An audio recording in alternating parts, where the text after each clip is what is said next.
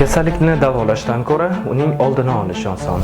Har safar bemorni ko'rganimda o'ylayman, axir hammasi boshqacha bo'lishi mumkin edi. Faqat biroz ehtiyotkorlik qilganda hayot butun va yorug' qolardi. Virus ko'rinmas, ammo juda yaqin. Uni ko'z bilan ko'rib bo'lmaydi. Qo'l bilan his qilish mumkin emas. Lekin uning ayyorligi ham shunda. Odam hushyorlikni yo'qotganda u paydo bo'ladi. Bir laboratoriya tahlil natijasi oilani, jamiyatni asrab qolishi mumkin. Chunki biz har safar mikroskop ostida o'tkaziladigan tadqiqotlarimizda haqiqatlarni ko'ramiz. Bu haqiqatlar oddiy kasalliklar ham hech kimni ayamasligini tushunamiz.